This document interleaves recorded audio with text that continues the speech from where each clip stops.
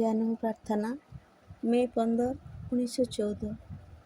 ଶିଖର ଦେଶରେ ଛିଡ଼ା ହୋଇ ଚାହିଁଲେ ଦୃଷ୍ଟି ଯେପରି ପଡ଼େ ଦୂର ପ୍ରସାରିତ ଚକ୍ରବାଳ ଉପରେ, ସେହିପରି ହେ ଭଗବାନ, ତୋର ଏକତ୍ଵ ଏବଂ ଅଭିବ୍ୟକ୍ତ ଜଗତର ମଧ୍ୟରେ ଯେଉଁ ଅନ୍ତର୍ବର୍ତ୍ତୀ ଲୋକ ରହିଛି, ତାହା ସଙ୍ଗେ ଚେତନା ଏକ ହୋଇଗଲେ ତୋର ଅନାଦ୍ୟ ଏବଂ ଜଗତ୍ସତ୍ତା ଉଭୟରେ ହିଁ ଏକ ସମୟରେ ଅଂଶଗ୍ରହଣ କରାଯାଇପାରେ। ମନେ ହୁଏ ଯେପରି ମୁଁ ରହିଛି ଏକ କେନ୍ଦ୍ରସ୍ଥଳରେ, ଯେଉଁଠୁ ଚେତନା ତୋର ସାଫଲ୍ୟମୟ ଶକ୍ତିରେ ପରିପ୍ଲୁତ ହୋଇ ତୋର ପ୍ରେରଣାର କିରଣମାଳାକୁ ଏହି ନିମ୍ନତମ ଯନ୍ତ୍ରଟି ଉପରେ ଢାଳି ଦେଉଛି, ଯାହାକି ତାର ଅନ୍ୟାନ୍ୟ ସହଚର ଯନ୍ତ୍ରର ଠିକ୍ ମଝିରେ ଚାଲୁଛି।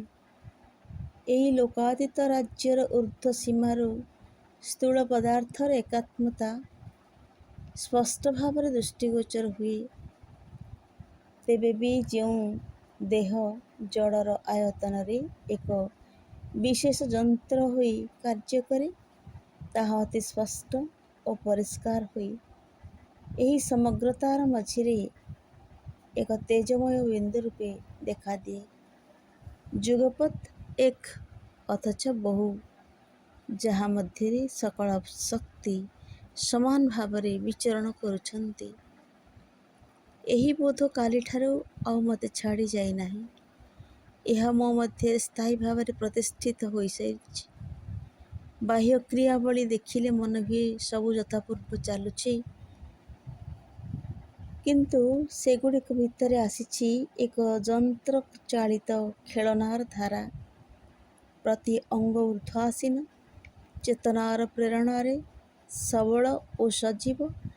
ସେଠାରେ ନାହିଁ ବ୍ୟଷ୍ଟିବୋଧ, ଅଛି ବିଶ୍ୱସତ୍ତା, ଅର୍ଥାତ୍ ସତ୍ତା ତୋର ପରମ ଏକତ୍ଵ ଭିତରେ ସମ୍ପୂର୍ଣ୍ଣ ବୁଡ଼ି ଲୀନ ହୋଇଯାଇ ନାହିଁ।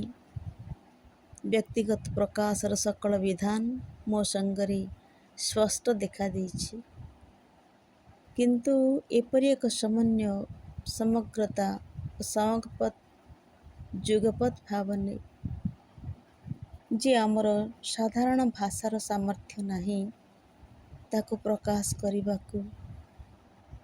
ମା